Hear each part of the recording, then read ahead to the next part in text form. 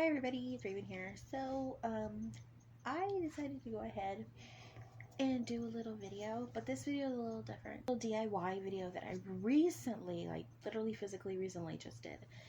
So, to all my girls, do y'all ever have the problem where you just get a pad out of their original packaging, but then again you don't really pay attention because you're like, just grab one and go to the bathroom to change it? Well, I don't know if people have made this, probably, but I recently just did this to help me because I'm one of those people that forgets to keep track of pads I have left in the packaging. So I made this. So basically what I did is I grabbed an empty tissue box. I actually had this tissue box from when I was really sick this past week, but I'm feeling a little better now. And what I did was I just carefully ripped open the top right here. Plastic off, like the clear plastic off, it is gone. And what I did was I took whatever pads you have, the ultra thins or whichever that you do, and I just put the pads in here. Now, my original plan was I could just take the wrapping out of the packaging like that, but I don't think that's going to work because it's going to damage the pad. I know it's fully packaged and protected, but I don't want my pads damaged because that's a big problem. So what I did is I shoved the pads in there like that, and I went ahead and made these marks.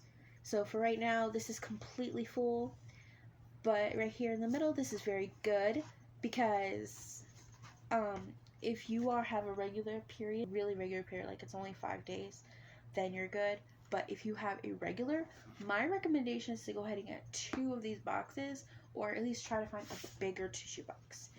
And then low right here means that it is very low. You need to do a restock of the pads. And this one I actually made to take to my boyfriend's house because I always lose track of how many I have at his place, so I just did this for my sake. But I also, to keep the lid closed, I went ahead and Velcroed this together. I might go ahead and take these off because these are not really necessary. But anyway, if you're just at home, you can cut the top. You don't really need to save the flaps. But I saved this so I can keep track at my boyfriend's place. And helps them not fall while traveling. This is very good, like if you're traveling somewhere, like if you're going out of town or anything like that. But yeah, this is like a little DIY that I did because it's very helpful for me. I'm not a tampon user, so I necessarily wouldn't know what best method it is for tampons. I don't know what container, so yeah.